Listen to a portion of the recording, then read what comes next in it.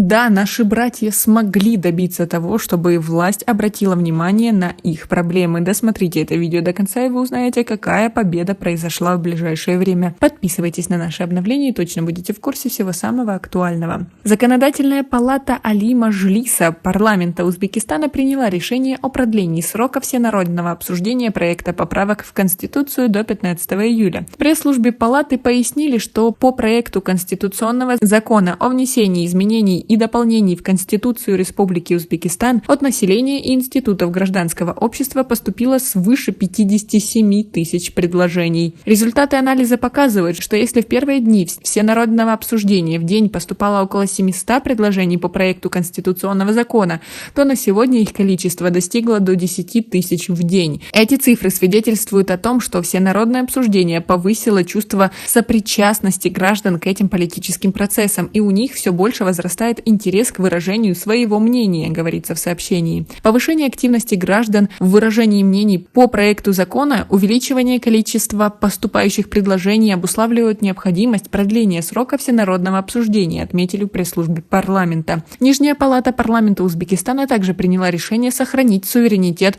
Каракалпакстана в проекте поправок в Конституцию страны, сообщается в телеграм-канале законодательного органа. Депутаты парламента единогласно поддержали сохранение статей 70, 71, 72, 73, 74, 75 Конституции Узбекистана в текущей редакции с сохранением действующих норм. Напомним, проектом предусматривается внесение в 64-ю статью Конституции Узбекистана более 200 изменений, а также включение 6 новых статей, которыми вводится 16 норм. Обсуждение всего этого предполагалось завершить к 5 июля, но после массовых акций протеста в Каракалпакстане, участники которых выступили против предусмотренного поправками лишения республики суверенитета, президент Узбекистана Шавкат Мирзиёев заявил, что касающиеся правового статуса Каракалпакстана статьи останутся без изменений. Он подчеркнул, что проект будет доработан в основе предложений и мнений граждан страны, после чего его вынесут на референдум. Как вы относитесь к такой победе? Свои ответы напишите нам, пожалуйста, в комментарии.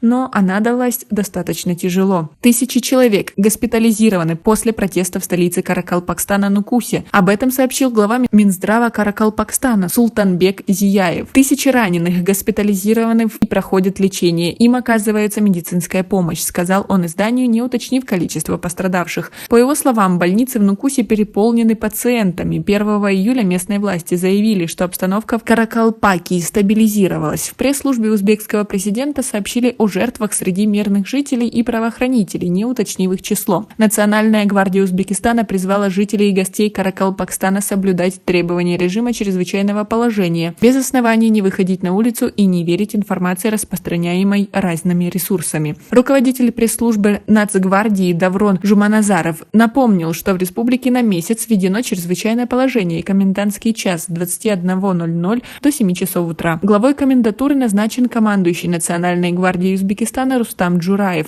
Усилена охрана особо важных объектов, ограничено движение транспорта, введены проверка документов граждан и досмотр их вещей, ограничены въезд и выезд из Каракалпакстана. Все эти действия направлены на защиту жителей Каракалпакстана и обеспечение их прав и свобод, отметил представитель Нацгвардии. Также отметил, что задержаны граждане, распространявшие провокационную информацию и оказавшие активное сопротивление законным действиям сотрудников правоохранительных органов. Как вы относитесь ко всей этой сложившейся ситуации? Свои ответы напишите нам, пожалуйста, в комментарии.